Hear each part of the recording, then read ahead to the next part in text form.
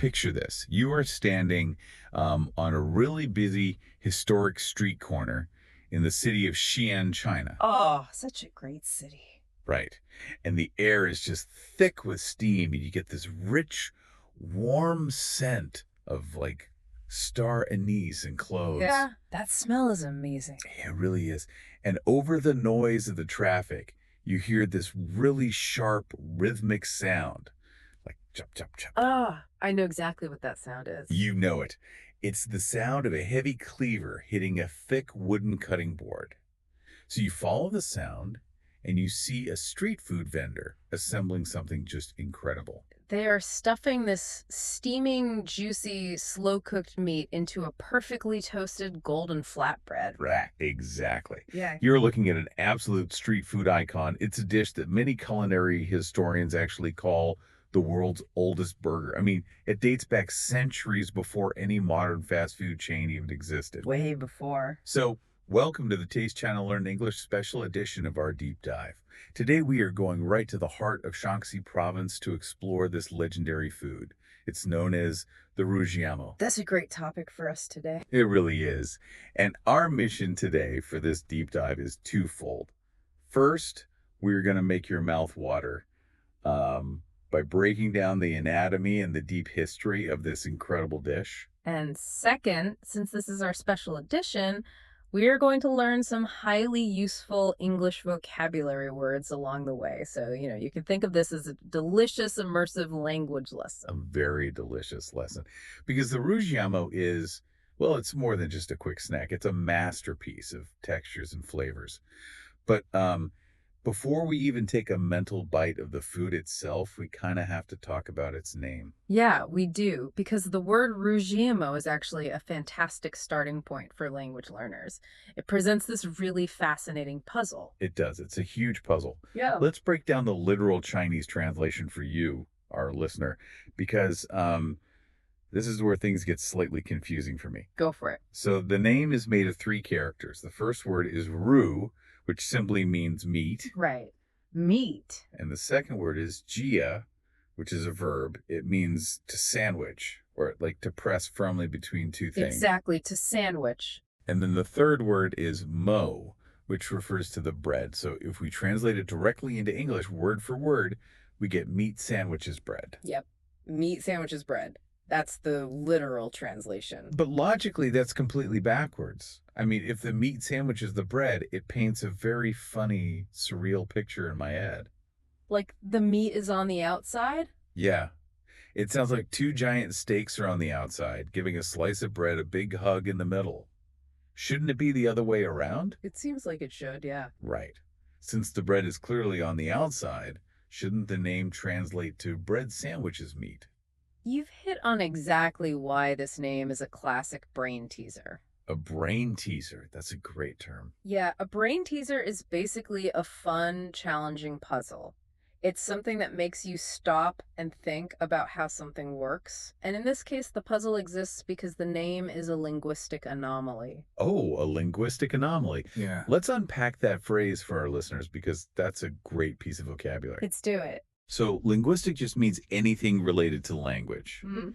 And an anomaly is, well, something that breaks the standard rules, like something irregular. Exactly. So a linguistic anomaly is a phrase that completely ignores standard grammar. But why does the name of this famous street food break the rules? Like, did people just make a mistake hundreds of years ago and stick with it? No, it wasn't a mistake at all. It actually comes down to the history of classical Chinese and honestly just the simple need for speed and efficiency. Speed? How so? Well, classical Chinese was a highly compact, efficient language. It often dropped prepositions. Prepositions being words like in, at, or on. Right, exactly. It dropped those little words if the context was already clear to the listener. So originally, the formal phrase for this dish was much longer. Oh, I saw this in our sources. The original phrase was actually Rujia Yumo. Spot on, Rujia Yumo. And that little word in the middle, you, functioned as a preposition. So it meant in. Yes. So the original phrase properly translated to meat sandwiched in the bread. Which makes perfect grammatical sense. It does. But over time, people dropped the you to save time. Imagine you are a busy street vendor in ancient Shin, right? Okay, I'm picturing it. You have dozens of hungry customers waiting. You are shouting out your food to the passing crowds. You don't want to yell a long, formal, grammatical sentence every 5 seconds. No, of course not. You'd lose your voice. Exactly. You want something punchy, something catchy. So, meat sandwiched in the bread slowly became just meat, sandwich, bread, Ruggiamo. Wow. Okay, so it's a linguistic anomaly today, sure, but nobody really complains because the resulting flavor of the dish is simply unmistakable. Unmistakable. That is a fantastic word. Right. Unmistakable, meaning it is so unique and clear that you could never confuse it with anything else. Definitely. If you catch a breeze carrying the scent of a Ruggiamo cart, you know exactly what it is. You'll never mistake it for like a hot dog or a pizza. It's a great word for you to remember as you learn English. Mmm. So, okay, now that we understand the history of the name, let's look at the physical architecture of this ancient burger. Let's start with the outside layer, the bread. Ah, the mo. Now, when we think of a typical Western burger from, a fast food drive-through, the bread is usually a soft brioche or a sesame seed bun. Right, it's fluffy and sweet. Yeah, and it yields immediately when you press it. It's very soft. But the bread used for a classic Shion Rujurmo is entirely different. It's a specific type of flatbread called a baiji mo. And reading about the baking process from the Beiji Mo is just fascinating. It's traditionally baked in a specialized clay oven or it's toasted on a heavy hot iron pan. Yes, the iron pan method is very classic. And the goal is to create a very distinct texture. So it has to be crispy on the outside, but chewy on the inside. In fact, bakers aim for a specific visual pattern on the surface called tiger skin. Tiger skin. I just love that visual Me description. too. Because of the intense direct heat of the iron pan, the dough puffs up and gets these beautiful golden circles and dark charred spots. Charred. So charred simply means slightly burned by fire, but in a flavorful toasted way, not a ruined way. Right, exactly. And those dark charred spots and golden rings, they look just like the bold stripes of a tiger. It sounds visually beautiful. It really does. Mhm. But I kind of have to play devil's advocate here for a second. I want to question the culinary logic of Oh, this. okay, go ahead. If the bread is charred and crispy on the outside, doesn't that make the bread tough? I mean, usually a tough, crispy flatbread makes for a very dry sandwich, That's a fair point. right? You bite into it, it cracks, it's hard to chew. For a burger, you usually want something soft that blends with the meat. Well, it's a very logical concern, but it brings us the hidden genius of the Beiji Mo. And actually, it introduces our next vocabulary word. Oh, awesome. What is it?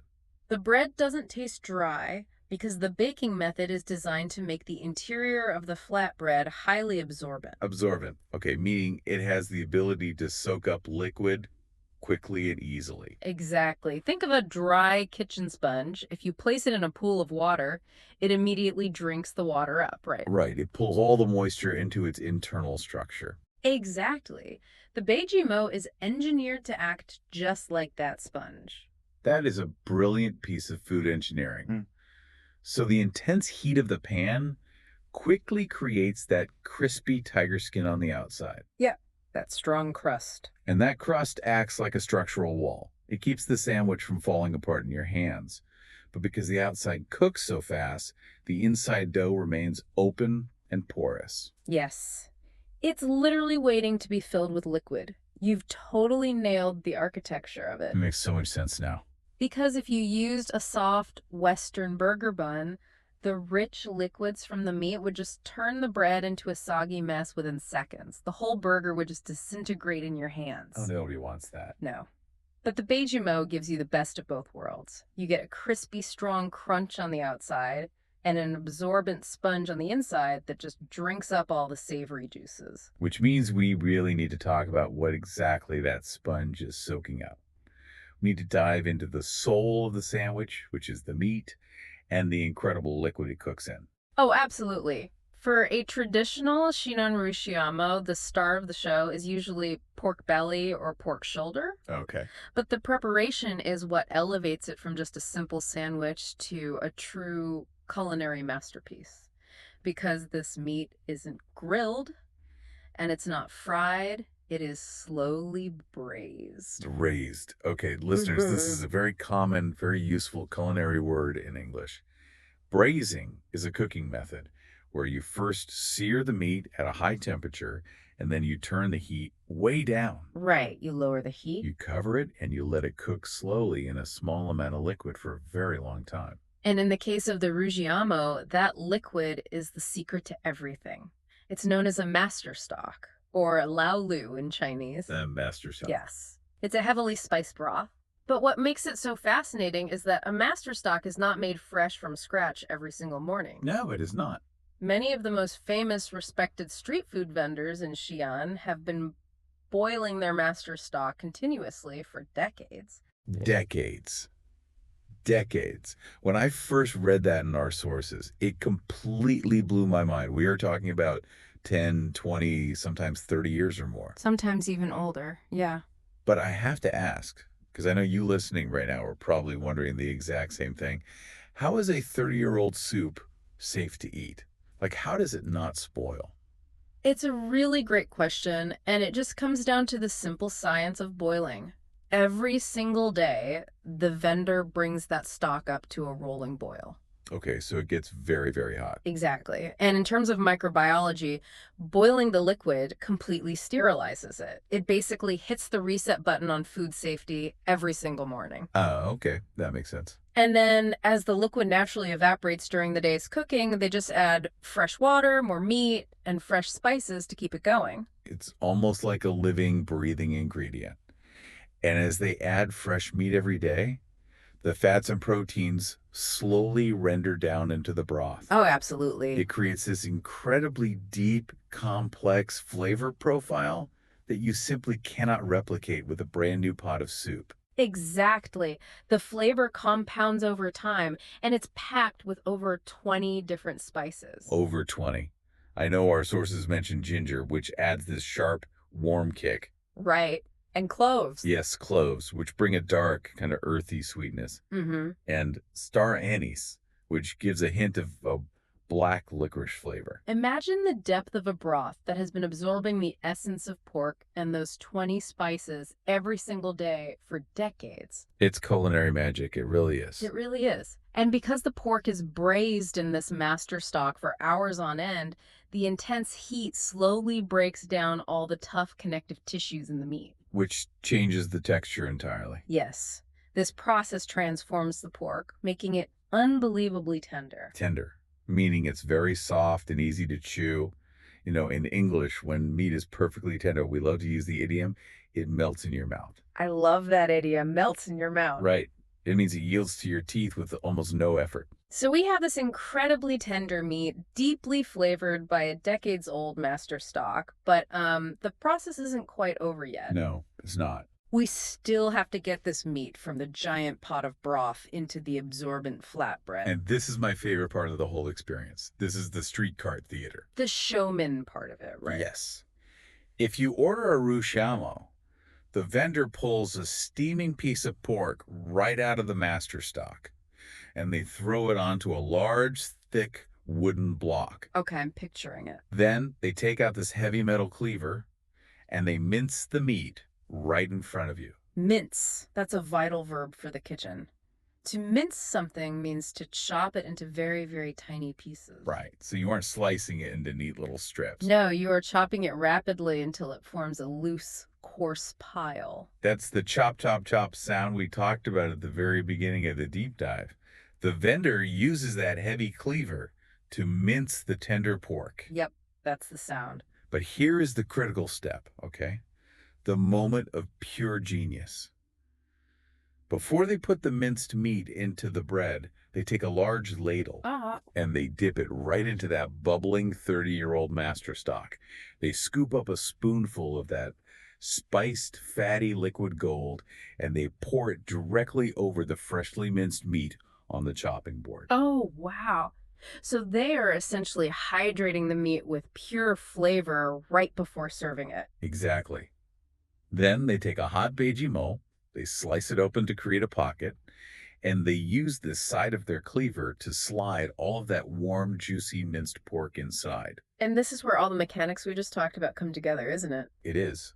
That spoonful of liquid gold from the master stock immediately hits the inside of the bread. And because the interior crumb is highly absorbent, it drinks up the juice like a sponge. Right, so the flavor is locked inside. Yes. But because the outside of the bread has that charred, crispy tiger skin, the moisture doesn't break through. Your hands stay clean, and the burger stays structurally sound. It's just a perfect system. Every single element, from the linguistic history of its name to the chemical breakdown of the master stock, it all serves a purpose. It really does. You get the crunch of the toasted bread, the melting softness of the tender meat, and the deep, rich spices of the historic broth, all in one single bite. I am officially starving right now. Honestly, exploring the mechanics behind this ancient street food makes me appreciate it on a whole new level. Oh, completely. It's not just a quick meal, It's centuries of culture and science wrapped in a crispy flatbread. And for you, our listener, it's also been a fantastic journey through the English language. It really has, because, the best way to learn a language is to connect new vocabulary to vivid, memorable experiences. That is so true. When you link a word to a sound, a smell, or a really delicious flavor, your brain just holds on to it much longer. So true. So let's weave those words together right now by imagining the experience of eating one. Picture yourself standing at that street cart in Xi'an. The vendor hands you a hot, steaming Ruggiamo. You look at it and you remember the name is a bit of a linguistic anomaly, right? Right. A phrase that breaks standard grammar rules because it was shortened for speed centuries ago. Exactly. Then you take your first bite. You immediately notice the bread. It's crispy on the outside, but the inside is absorbent. Absorbent. Soaking up all the incredible liquid just like a sponge. Then you taste the pork. It's been slowly braised. Braised. Cooked gently over low heat in a spice liquid for hours. And the chef used a heavy cleaver to mince the meat, remember? Right, to mince it, chopping it into tiny, tender pieces that practically melt in your mouth. And finally, as all those complex spices hit your palate, you realize the flavor is entirely unmistakable. Unmistakable. It is completely unique. You will never forget it, and you could never confuse it with anything else. That is the power of a great deep dive. You get to expand your worldview and your vocabulary toolbox at the exact same time. You really do. But as we wrap up our exploration of the world's oldest burger, I want to leave you, the listener, with the final thought. A little homework assignment to ponder the next time you're out exploring your own city. Oh, like a cultural brain teaser. Exactly. A cultural brain teaser. Today we discovered that the Chinese burger hides a fascinating linguistic anomaly right in its everyday name, right? It's like a ghost of classical Chinese grammar hiding in plain sight. It is. So it makes you wonder, how many other famous street foods around the world carry hidden language puzzles? Oh, that's an interesting thought. If you took your favorite local street food, whether it's a taco, a kebab, or a hot dog, and you translated its name literally word for word, what would it say? Would it make grammatical sense, or would it be an anomaly too? That's a really great exercise, because street food evolves fast and language evolves right alongside it to keep up with the pace of the city. It really does. Food is never just food, it's always a story. Yeah. Thank you so much for joining us for this delicious language learning journey today. Yes, thank you for listening. We hope your English vocabulary feels a little bit stronger today, and we hope you are highly motivated to go track down a perfectly braised Ruggiamo near you. Please like, share, and subscribe to our channel.